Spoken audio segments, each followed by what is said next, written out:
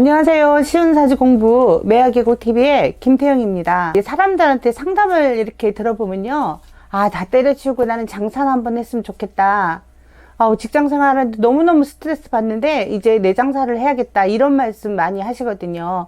그리고 상담을 하시는 분들 중에는요, 선생님 언제쯤 제가 장사를 하면 돈을 벌 수 있을까요? 또 내 사주에는 장사를 하는 그런 운이 있을까요? 이런 질문을 많이 해오세요. 여기서 말하는 장사에 관한 운은요, 누구나 다 있을 수 있고요. 또 어떤 분들은 있다가도 사라질 수도 있고요. 또 사주 자체가 장사를 하면 안 되는 그런 구성도 있거든요. 그런데 보편적으로 사람들은요, 장사를 하면 돈을 많이 번다, 이런 생각을 같이 가지고 있어요. 그런데 장사를 하는 사주팔자하고요, 돈을 벌어서 부자가 되는 사주팔자하고는 구분이 좀 됩니다. 오늘 이 시간에는요, 사주로만 봤을 때 우리가 장사를 하는 사주는 어떤 사주고, 또 장사를 해서 돈을 많이 버는 사주는 어떤 사주인가에 대해서 공부를 하겠습니다. 끝까지 잘 들어주시고요. 도움이 되시면 좋아요, 구독 꼭 눌러주세요. 장사를 하거나 무슨 일을 하거나 내가 돈을 번다, 돈 있는 사주다, 이런 거는요, 가장 첫 번째로 신왕하고 제왕한 사주를 우선으로 정합니다. 신왕 제왕이라는 것은요, 사주가 신강하고 또 재성도 왕하고 신강한 사주를 말하는 거예요.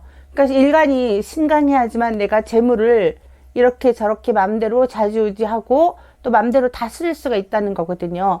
반대로 일간이 약하고요, 재가 강한 경우, 그런 경우는 재다신약이 되는 거죠. 재성이 강하면 일간이 약해지니까요. 그러면 이렇게 재다신약의 경우는요, 내가 재성에게 끌려다니는 거예요. 휩쓸려 다닌다는 거예요. 그래서 가난해지고 힘들어지고 고난을 당한다, 이렇게 해석을 하거든요. 장사를 해서 돈을 버는 사주는요, 특별하게 정해져 있습니다. 그리고 장사를 하는 사주도 정해져 있어요.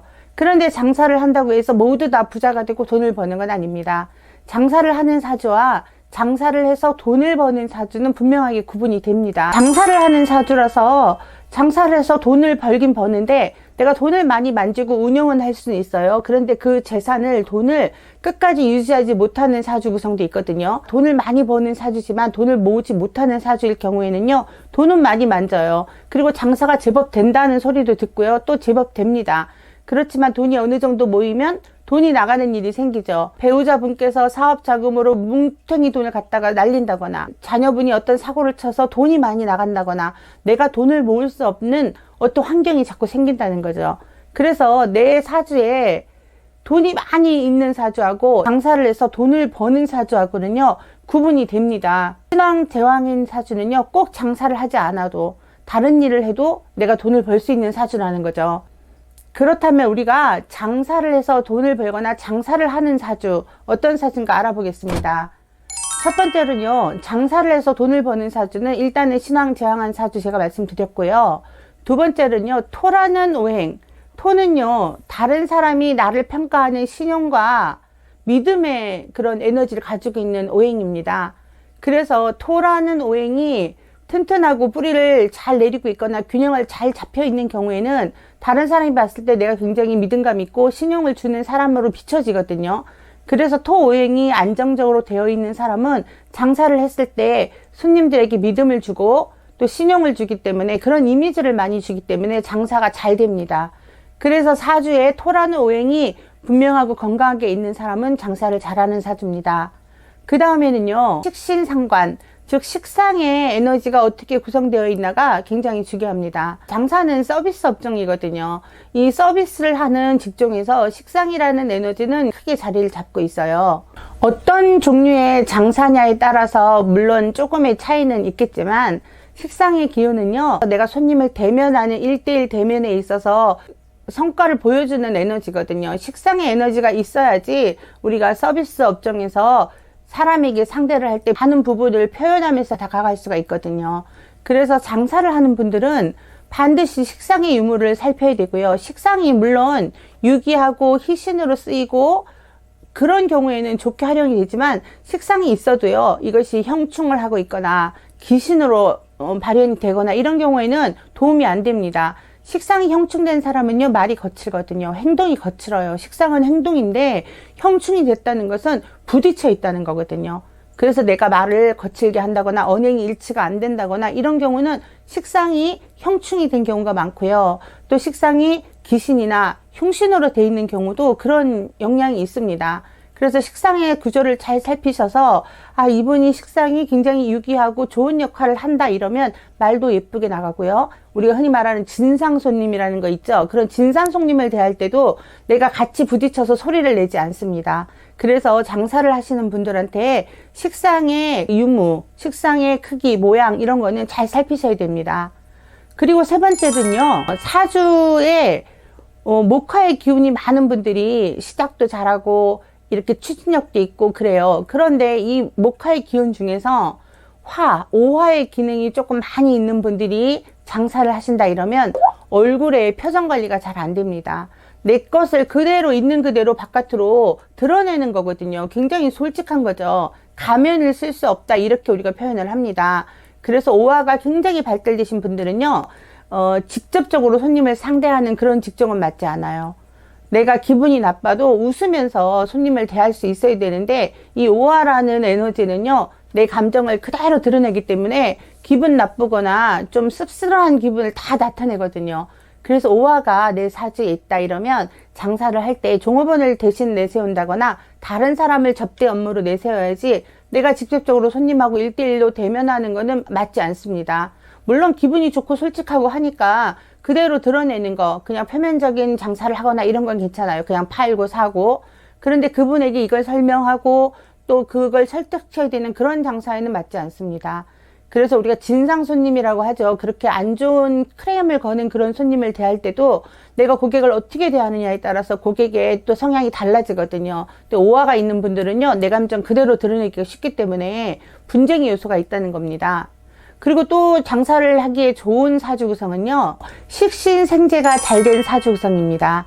내가 식신생재, 즉 내가 움직이고 말하고 행동하는 그런 것들이 재물로 이어지는 거, 이건 장사꾼 사주라고 해서 대표적인 우리가 명리를 공부할 때 배우는 내용이거든요. 식신생재가 잘 된 사주, 식신생재가 잘 된 사주, 그런 구성인 사주가 장사를 하거나 어떤 서비스업을 하거나 내 기술을 활용하거나 해서 돈을 모을 수 있는 그런 사주라는 겁니다. 우리가 늘 그런 얘기를 듣잖아요.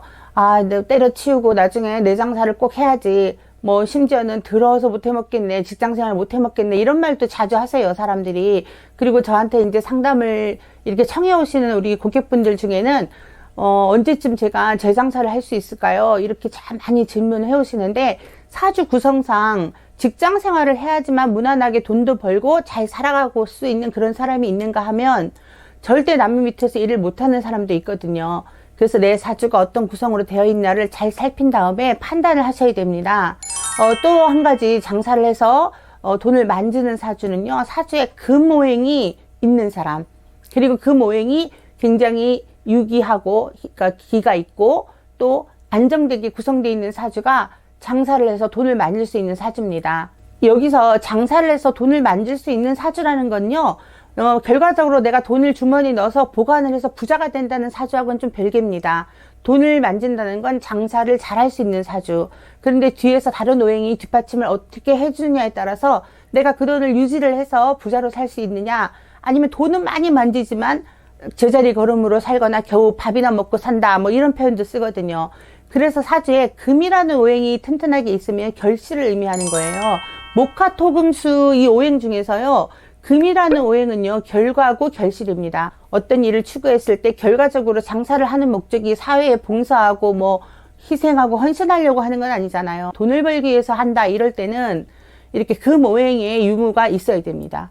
그래서 금 오행이 굉장히 튼튼하고 유기하게 있을 경우에, 또 희신으로 활용이 될 경우에 돈을 만지는 사주다, 장사를 해서 돈을 벌 수 있는 사주다, 이렇게 우리가 해석을 합니다.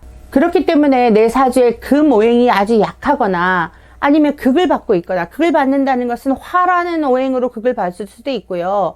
또 금생수에서 수로 살기를 할 수도 있겠죠. 이렇게 금 오행이 약해지거나 금 오행이 힘을 잃는다 이럴 경우에는요, 장사를 해서 돈을 크게 번다기보다 그냥 겨우겨우 유지를 할 수가 있다는 거죠. 이 결실의 의미가 약하기 때문에 그렇습니다. 장사를 꿈꾸시는 분들은 이렇게 내 사주에 제가 앞에서부터 말씀드렸던 이런 내용이 차근차근 하나씩 구성이 돼 있는가 없는가를 살피셔서 이렇게 공부를 해보시고 판단을 하시는 게 좋습니다. 그리고 마지막으로요, 장사를 해서 돈을 벌 수 있는 그런 사주 구성 중에 꼭 기억하셔야 될 게요, 재성이라는 글자가 천을기인이라는 그곳에 해당이 될 때입니다. 제가 천을기인에 대해서 영상을 또 찍어 올려놓은 게 있으니까 우리 학우님들 한번 찾아서 들어주시면 도움이 될 거고요.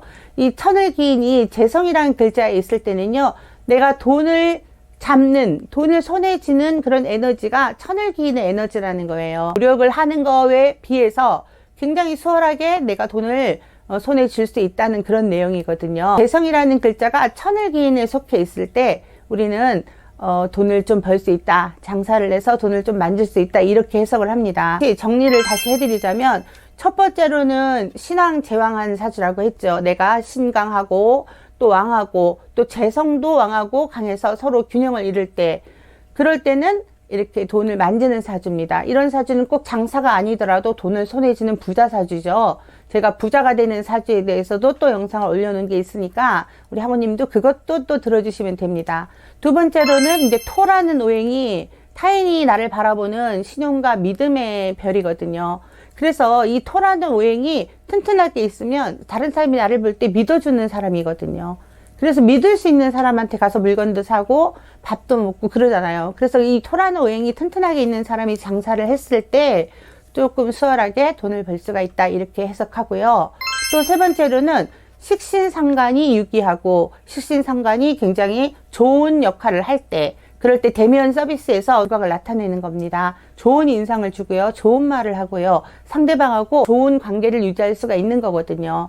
그 다음에는 또 금이라는 오행이 좋은 역할을 해주고 사주에서 유기하게 자리를 잡고 있는 경우에 결실의 의미이기 때문에 내가 돈을 손에 쥘 수가 있다, 이렇게 해석을 합니다. 그리고 마지막으로 천을기인이라는 글자가 재성이라는 곳에 있을 때, 재성이라는 오행이 천을기인에 해당될 때 돈을 벌 수가 있습니다. 팁으로 하나 말씀드리자면, 비견겁제가 많은 사주들이 이렇게 자기의 독자적인 사업을 꿈꾸고 그래요. 그런데 비견겁제는 극하는 게 재성이거든요. 라이벌이 많고 경쟁자가 많은 거기 때문에 비록 내가 사업을 하더라도 재물을 크게 손에 쥐기 어렵고요. 쥔다고 해도 겁제들과 나눠야 됩니다. 그래서 사주 구성에 의해서 비견겁자가 또 부자가 되는 경우도 있습니다. 조력자의 도움을 받아서 이렇게 장사를 잘하는 경우도 있거든요. 근데 보편적으로 봤을 때 비견겁자가 많은 사람들이요, 고집이나 주관이 강한 겁니다. 고집이나 주관이 강하다는 것은요, 뚝심 있게 뭔가를 추진하고 밀어붙이는 건 좋아요. 그런데 이 장사라는 것에 해당해서 이렇게 우리가 접목시켜 봤을 때는 어느 정도 융통성이라는 게 있어야 되거든요. 장사는요, 끈기와 융통성이라고 해도 과언이 아닐 정도로 시기에 맞춰서, 그 시절의 흐름에 맞춰서 어느 정도 유연하게 방향을 바꿔줘야지만 장사하는데 어울리는 사주입니다. 여기서 제가 말씀드린 이 장사는요, 이제 큰 사업을 하는 사업체, 기업체 이런 거하고는 별개입니다. 그것을 보는 사주 또 통변하는 방법은 따로 있습니다. 오늘은 제가 작은 장사, 우리가 말하는 이제 돈 버는 장사꾼 사주에 대해서 말씀을 드린 겁니다. 그래서 내 장사를 조금 해보겠다, 이렇게 생각하고 계신 분들은 요 내용 잘 보셔서 살피셔서 한번 사주를 보세요. 그래서 내가 요런 조건에 있다 이러면 일단 장사를 해도 되는 사주고요. 그 다음에 장사를 해서 부자가 된다 안 된다는 또 따로 보는 게 있습니다. 사주에서는 그 이외에 또 부자가 되거나 장사를 해서 성공을 하는 사주를 보는 그런 내용은 따로 있습니다. 오늘은요, 장사를 해도 되는 사주인가 아닌가, 이 장사하는 사람의 사주에 대해서 공부를 했습니다. 끝까지 잘 들어주셔서 너무 감사하고요. 나가실 때 좋아요, 구독 꼭 눌러주세요. 고맙습니다.